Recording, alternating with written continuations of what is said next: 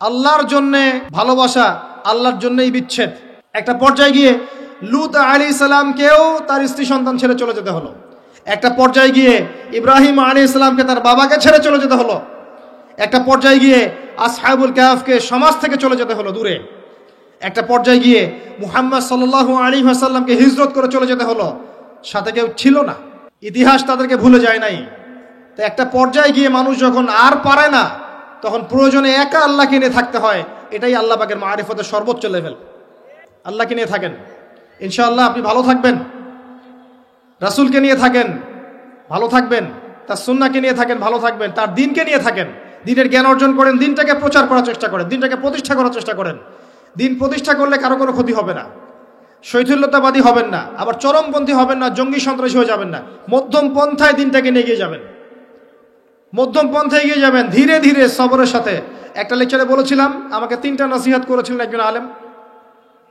বলেছিলেন, প্রথমে জ্ঞান অর্জন করো, 1, 2, তারপরে তুমি ধৈর্য ধরা শিখো, আর 3, সাহসী হও। ভীরু কাপুরুষের জন্য জান্নাত নয়, তিনি বলেছিলেন। অতএব এভাবে চিন্তা করলে আপনি ইনশাআল্লাহ দুনিয়াতে ঠকবেন না, বা দুনিয়াতে ঠকলেও পরকালে আপনি জিতবেন ইনশাআল্লাহ তাআলা। পরকালে আল্লাহ পাক আপনার প্রতিটা কষ্টের প্রতিদান দিবেন ইনশাআল্লাহ আযজা ওয়া জাল্লা। আসুন আমরা সবাই যার যার জায়গা থেকে আল্লাহর হয়ে যাই, আল্লাহর জন্য নিজেকে খালেস করে দিই। আর আল্লাহর ভালোবাসা পেতে চাইলে তার রাসূলের আনুগত্য করতে হবে, তার সুন্নাহ মাফিক চলতে হবে। আল্লাহ পাকের ফরজ ওয়াজিবকে ভালোবেসে আদায় করেন, বিরক্ত হয়েন না। নামাজের আযান হচ্ছে, বিরক্ত হয়ে যায় না, ভালোবেসে নামাজে যান। যে আল্লাহ আমার কাছে একটা ইবাদত চেয়েছেন, আমার রব, আমার সৃষ্টিকর্তা আমাকে একটা সুযোগ দিয়েছেন, আমার কাছে একটা ইবাদত চেয়েছেন, সিজদা চেয়েছেন। আল্লাহ আমার কাছে কি আর চেয়েছেন? তাওহীদ চেয়েছেন, সুন্নত চেয়েছেন, হালাল খাই এতটুকু চেয়েছেন, সাধ্যমতো দিনের খেদমত এটা চেয়েছেন। আল্লাহ পাক আমার জন্য জান্নাত রেখেছেন, আমি আল্লাহর জন্য করব না? আল্লাহ পাকের কাজগুলো ভালোবেসে করেন, আল্লাহ পাকে কাছে পাবেন ইনশাআল্লাহ তাআলা। দেখবেন যদি আপনি আল্লাহর হয়ে যান, আপনি মনে মনে কিছু চাইবেন, হাত উঠিয়ে চাওয়ার আগে আপনার সামনে আল্লাহ পাক সেটা হাজির করে দেবেন ইনশাআল্লাহ। বিশ্বাস হচ্ছে না আপনার কথা, আমার কথা? আমার জীবনে শত শতবার এই ঘটনা ঘটেছে।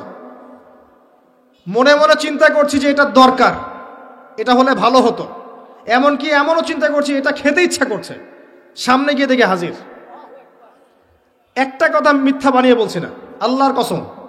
এমনও হয়েছে যে আমি মনে মনে চিন্তা করেছি যে এটা খেতে ইচ্ছা করছে, খেতে পারলে ভালো লাগতো। যেখানে গিয়েছি দেখি সেই বাড়ির মালিক সেটা সার্ভ করেছে। এমন একটা ঘটনা আপনাকে বলি যে আমি এক জায়গায় যাচ্ছি, জিজ্ঞাসা করছি যে কি রান্না করছে, বলছে খিচুড়ি রান্না করছে। ঠিক আছে, খুব খুশি, খিচুড়ি খাবো বাসায় গিয়ে। কোনো একটা কারণে রাস্তায় আমার একটা বিপদ হলো। বিপদ হওয়ার পরে আমি বাসায় যেতে পারলাম না, কোনো একটা জায়গায় আমাকে থাকতে হলো অল্প সময়। সেখানে আমার পরিচিত যিনি ভাই, সে আমাকে বলছে কিছু খেয়ে নেন। ঠিক আছে, কি আছে নিয়ে আসেন। খাবার নিয়ে আসা হলো, দেখলাম খিচুড়ি। কথা কি বুঝতে পারছেন? দেখে আমার চোখ দিয়ে এক ফোঁটা পানি পড়লো খাবারের উপরে।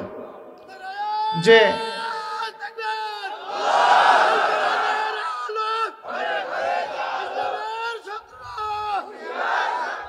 দাঁড়ান, আল্লাহ পাক এতই কাছে, এতই কাছে। যদি আপনি আল্লাহর হয়ে যান, আল্লাহর জন্য খালেস করে ফেলেন নিজেকে, আপনি দেখবেন আপনি যা চাচ্ছেন আল্লাহ পাক আপনার মনের কথা শুনে নেবেন, আপনার সামনে হাজির করে দেবেন ইনশাআল্লাহ। কিচ্ছু ভাববেন না, আল্লাহকে ছাড়া কোনো দিকে ভাবার দরকার নাই। আল্লাহর দিন আজকে একটা চরম অবমাননাকর জায়গার মধ্যে আছে, আপনি বুঝতে পারছেন না। 2 চোখ দিয়ে দেখেন, সারা বিশ্বের প্রেক্ষাপটের সাথে মুসলিমদের অবস্থা মেলান, দেখবেন আমরা আর সে আগের জায়গায় নাই। আমাদের অবস্থা এখন ভালো নয়, প্রত্যেকটা দিক থেকেই ভালো নয়। ধর্মের ক্ষেত্রে না, ইকোনমিক্সে না, পলিটিক্সে না, জিও পলিটিক্সে না, সোশ্যালি না, সংস্কৃতিতে না, কোনো ক্ষেত্রেই নাই। আমরা সে আগের জায়গায় নাই এখন আর। এই জায়গায় রিগেইন করতে হলে আমাদেরকে বেসিক কাজগুলো করতে হবে। আবার নামাজি হতে হবে, আমাদেরকে আবার রোজা রাখতে হবে, আবার দিনের খেদমতের চেষ্টা করতে হবে, কোরআন শিখতে হবে, আবারও সুন্নায় ফিরে আসতে হবে।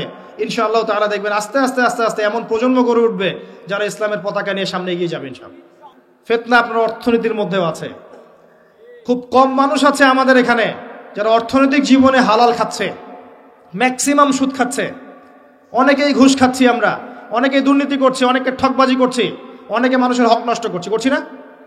কারো রিজিকে যদি একটা টাকা এরকম হারাম চলে আসে, এই রিজিক দিয়ে আল্লাহর ইবাদত করলে ইবাদত কবুল হবে না। খুব সাবধান। নবীজি আগেই বলেছিলেন সাল্লাল্লাহু আলাইহি ওয়াসাল্লাম, যে সুদ খায়, যে সুদ দেয়, যে সাক্ষী থাকে, যে লিখে রাখে, সবাই সমান অপরাধী, দিব্যি আমরা খাচ্ছি। নবীজি বলেছিলেন সাল্লাল্লাহু আলাইহি ওয়াসাল্লাম, যেটা মায়ের সাথে জেনা করার মতো অপরাধ এবং আল্লাহ এবং তার রাসূলের সাথে যুদ্ধ করার মতো অপরাধ, দিব্যি আমরা খাচ্ছি, দিব্যি খাচ্ছি, পরোয়াই নাই কোনো। এক দিরহাম সুদ খেলে নবীজি বলেছেন সাল্লাল্লাহু আলাইহি ওয়াসাল্লাম 36 বার জেনার পাপ হয়, 36 বার। দিব্যি খাচ্ছে, কোনো পরোয়া নাই। তবে আলহামদুলিল্লাহ এখন এই কথাগুলো শুনে অনেক মানুষ সুদি কারবার থেকে সরে এসেছেন, আমি জানি। আমি দোয়া করি মন থেকে, আল্লাহ পাক তাদেরকে বেহিসাব রিজিক দান করুক। রিজিকের মালিক কে ভাই?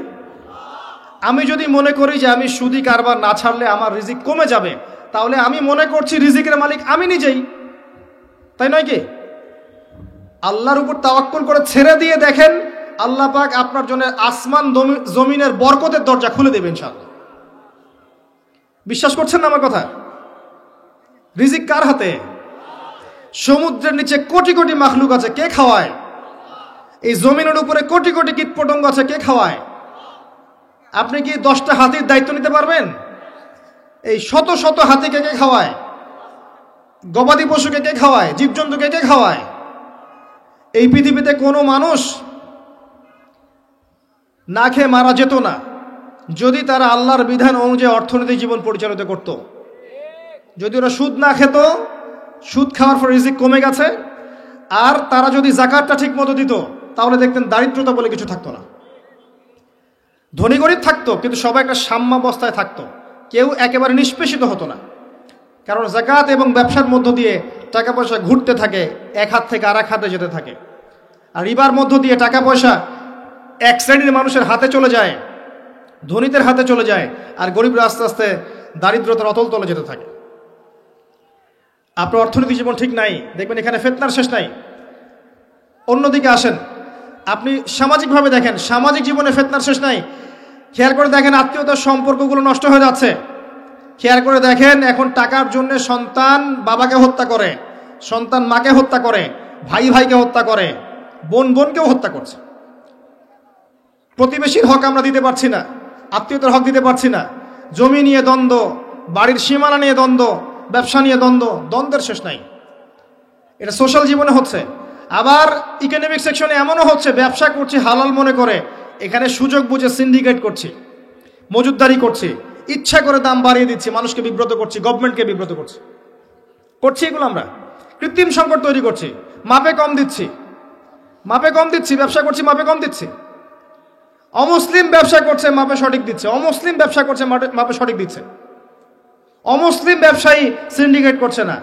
একজন হিন্দু ব্যবসায়ী, আল্লাহ পাক তাকে হেদায়েত করুক, সে মাপে কম দিচ্ছে না, সিন্ডিকেট করছে না, কৃত্রিম সংকট তৈরি করছে না, মুসলিমরা করছে। রমজান মাসকে কেন্দ্র করে মুসলিমরা ব্যবসা করে নিচ্ছে, সুবহানাল্লাহ। আর মানুষ সামান্য নিত্য প্রয়োজনীয় দ্রব্যের জন্য ট্রাকের পিছনে দৌড় দিচ্ছে। কি একটা দৃশ্য, সুবহানাল্লাহ। এর ফলাফল আপনি পাবেন, মানুষের হক নষ্ট করার ফলাফল পাবেন। কিয়ামতের মাঠে এর বিচার না করে আল্লাহ পাক ছাড়বেন না। এত সহজ না কোনো কিছু। আল্লাহ পাক কিয়ামতের মাঠ রেখেছেন, রাখার দরকার ছিল, না হলে কোনো জালেমের বিচার হতো না। যত জালেম এই পৃথিবীতে পার পেয়ে গেছে, কিয়ামতের মাঠে কেউ পার পাবে না। এই জন্য আল্লাহ পাক কিয়ামতের মাঠ রেখেছেন, এবং এটা রাখা উচিত ছিল। আল্লাহ পাক শুধু গফুর রহিম নন, আল্লাহ পাক হচ্ছেন আদেল, ন্যায় বিচারক। আল্লাহ পাকের আদালত আছে। সোশ্যাল লাইফে আরো দেখবেন, যুব সমাজকে তাকাবেন, দেখবেন ম্যাক্সিমাম যুবক এখন মাদকের সাথে সম্পৃক্ত। মাদক বলতে আমি সিগারেটকেও বুঝিয়েছি। কয়টা ছেলে পাবেন স্মোক করে না? এখান থেকে শুরু করে আস্তে আস্তে গাঁজা, ফেন্সিডিল, ইয়াবা পর্যন্ত চলে যায়। ক্যাসিনোতে রাত কাটায়, জুয়া খেলে। ইসলামিক লাইফ, জীবন গড়ুন কোরআন সুন্নাহর আলোকে।